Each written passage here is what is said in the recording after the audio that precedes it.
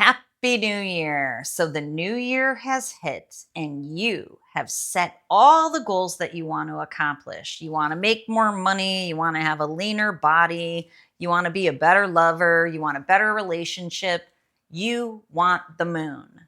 How are you going to get there? New Year's is the time to set those goals. But I also want you to know if you're caught up in the screen, namely explicit matter, which is the highest level supernormal stimulus, or anything else on the continuum from OnlyFans to dating apps to social media, especially hypersexualized, to TikTok to long form video that you watch for 6 hours each day, even to your emails, your texts, and your Snapchat. The screen is miswiring your brain. The algorithm is engineered to make you fail. I'm Dr. Trish Leigh. Welcome back to another episode of the podcast with me, your hostess with the mostest. Today, we're going to break down what this New Year's goal hijack looks like, how it's happening, what it feels like to you. Number two, how it's miswiring your brain. And number three, my friend, how you're going to take the opportunity this year to actually rewire your brain this time to the optimal brain pattern so that you can perform at peak performer levels. We're talking supernormal performance. That's what we're after this year. So get a cup of coffee, buckle up, buttercup, because we're going for a ride. Let's start with the hijack. So the hijack probably feels pretty good to you, or just feels like it's life. It's what everybody does. It goes like this. The hijack. New Year's Eve, you might be going out and celebrating with your besties, like I am. I'm going to my bestie Chanel's house. She's having a favorite things party. I'm bringing my favorite thing, a transformational book that helps to inspire and empower people to change their lives. But that's an aside. Then what'll happen is New Year's Day, after you're done celebrating the new year, you'll wake up, probably later than usual because your routines are off. And what will you do? Think about it right now. What will you do? Will you reach over and grab your phone and check it first thing in the morning? Because if you do, I'm sorry to tell you, your brain has been hijacked.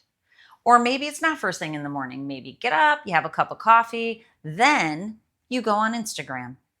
Or maybe you consume explicit matter, one of the highest level supernormal stimuli. Or maybe you get through half of the day. There's a new song out. I forget her name, but the song basically says she's spending the whole day trying to be sober. So maybe you try to be sober January 1st, and by the evening, you're hunkered down watching reels. This is the algorithm hijack. This is what I want you to know. You trained that algorithm. It's engineered to make you fail at your goals by giving your brain excessive dopamine to make it feel better, to make it feel calm but stimulated at very high artificial levels, higher than you could be rewarded in the real world. So basically, every time you go back, you're inadvertently training your brain to self-sabotage your goal achievement through the algorithm hijack, what I call being miswired by the algorithm. Because effectively, that hijack of whatever your screen time routine looks like through consistency, frequency, duration, and intensity, read explicit matter there, especially pornography proper, you're training it to serve you more of it. The more it serves, the more you're going to go back. It's, in essence, a negative feedback loop. It is a downward spiral. There is no such thing as a horizontal spiral. There's only a downward spiral and an upward spiral. So you've probably spent the last couple of weeks like me with less of a routine, with more eating, with more drinking, with less sleeping, more celebrating, less working. I can't wait for January 2nd, right? Is that you are training the algorithm to keep pulling you away from your real life. The way dopamine's supposed to work is it's supposed to not flood your system, but it's supposed to be released in your brain and your nervous system once you've put effort into achieving a goal. So it's the neurochemical of pursuit. It's the neurochemical of motivation and more. It's also the neurochemical of pleasure, but it's the pursuit of pleasure. So when the algorithm hijacks your brain, all the dopamine's in the screen, not enough of the dopamine is in your life. That's the hijack. And it miswires your brain. It creates what I call strained brain, a brain that's stressed out and exhausted simultaneously. Does that sound familiar? If you stay in that miswire loop for too long, your brain will tip into what I call drained brain. You will feel numb. You will feel unmotivated. You might feel depressed. You will struggle with sexual arousal dysfunction and you will be sad. That's the acronym for sexual arousal dysfunction that I've come up with. I don't want this to be a sad year for you. If last year was sad for you with ED or DE or PE, even, this is your year, my friend. It doesn't have to take a lifetime to rewire your brain, but you have to start. You have to block that hijack and you have to rewire this miswire.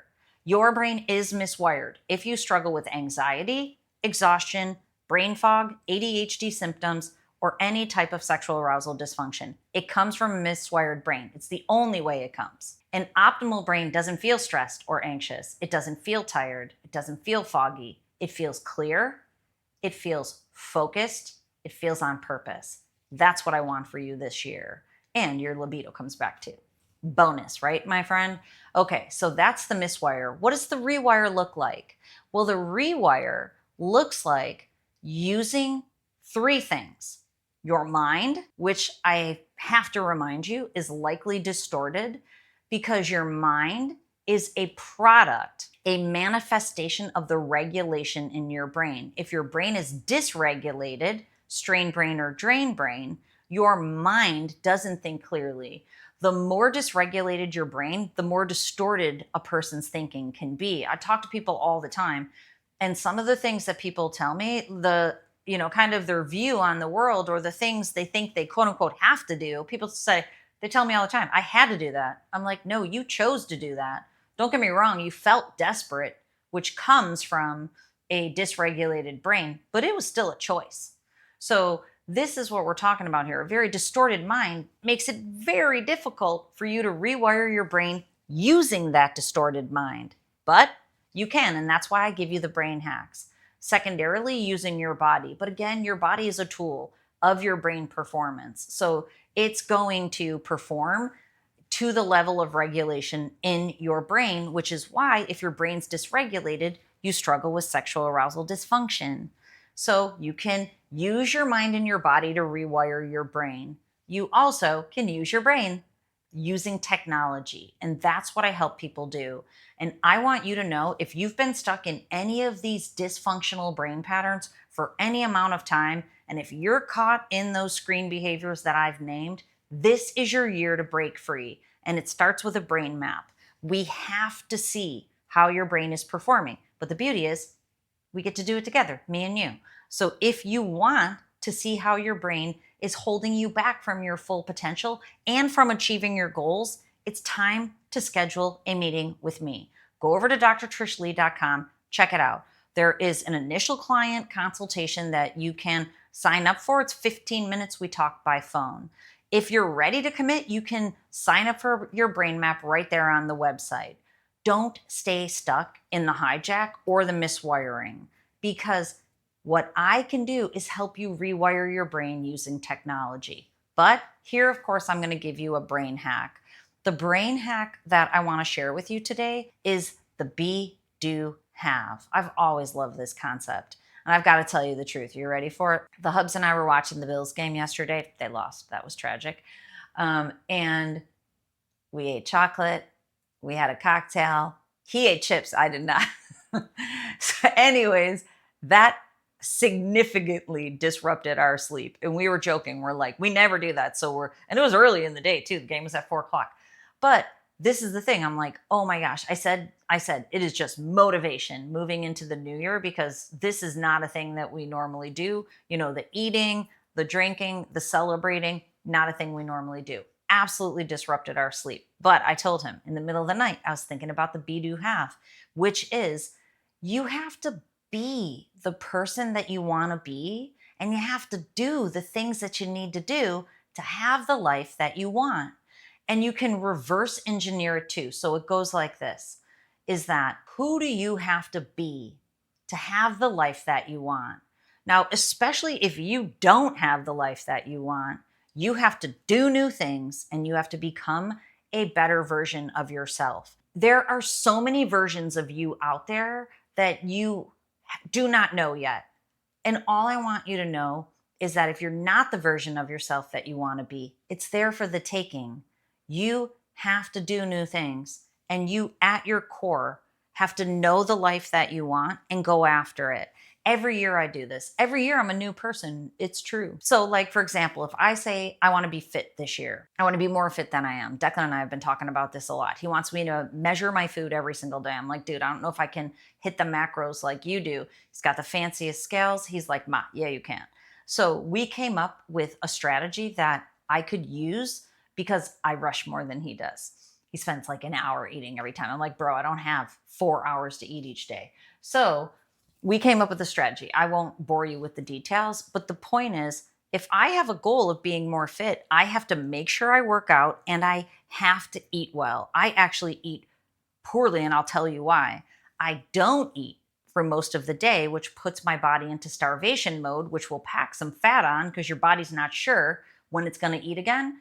And then at dinner, I'll eat all the calories, fat, and protein for the day. But I will tell you, I already had chicken and quinoa today. So I'm ahead of the curve moving into the new year here. But so the idea is it's not about like, me eating more or less. It's making sure I eat balanced meals across the day. That's what I have to do. If I want to have more muscle and have less fat, if I want to be well, and if I want to be the healthiest version of myself, I have to do new things. Make sure I'm eating well across the day. Make sure I'm not eating and drinking and celebrating football losses. It was a slightly stressful game.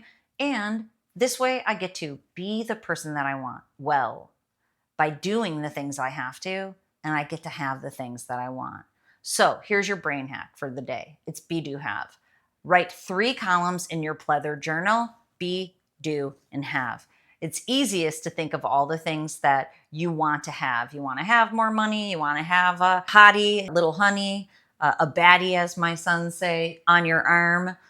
You want to have a big house. You want to travel more. Those are the haves. Now, who do you have to be able to get them? It's usually, about in your core, creating that life. And I think this one's the most difficult. The Hubs and I talked about this for a long time this morning. He thinks it's easy. Just decide who you want to be. I think reverse engineering it. These are the things you want to have. What do you have to do to get those things? So if you want more, for me, I always want financial peace. I want to never think about money. I don't need exponential amounts of it, but with it being the mom of 5 children that I'm trying to grow into their best versions, I want to be able to financially support them while I'm teaching them financial literacy, which is a huge, important goal for me. So to be able to do that, I have to be organized. I have to conserve money. We've renamed the spending freeze. If you've listened to this podcast for any amount of time, you know that when I get stressed, I go on a spending freeze. I lock down spending. The kids will go, Mom, I need a new toothbrush. I'm like, you missed the window. We're on a spending freeze. I'm not doing that anymore. Now what I'm doing is we are on a resource conservation plan. Yes, that is using language in a healthy way. So if you want to have financial peace or if you want to have more money, you need a resource conservation plan like the one I've made for the new year. Think of the things you have to do to have the things that you want, and then think about what that allows you to be. I want to have peace. It's always my biggest goal. So to have peace, I have to eat well so I can sleep well, right? To have peace, I have to make more money than I spend, and I have to allocate it to my beautiful children. Then I get to be the matriarch of the family like I want to. I get to be a person who has impact across the world, which is why I work so hard to make content to help you. I'm trying to impact you. If I don't do the things to impact you, I can't. I'm going to be writing my next book, so I have to get organized. That's a do, because I want to be a New York Times bestselling author who is changing lives across the world. But I got to make sure that do happens. All right, get to it, my friend. And if you're caught up in the screen, you have to stop the hijack. You have to stop that miswiring immediately and start rewiring. So go be, do, have. If you want to see what your brain's doing and you want my personal help, please reach out. Let's talk. And until next time, control your brain or it'll control you. I'll see you then.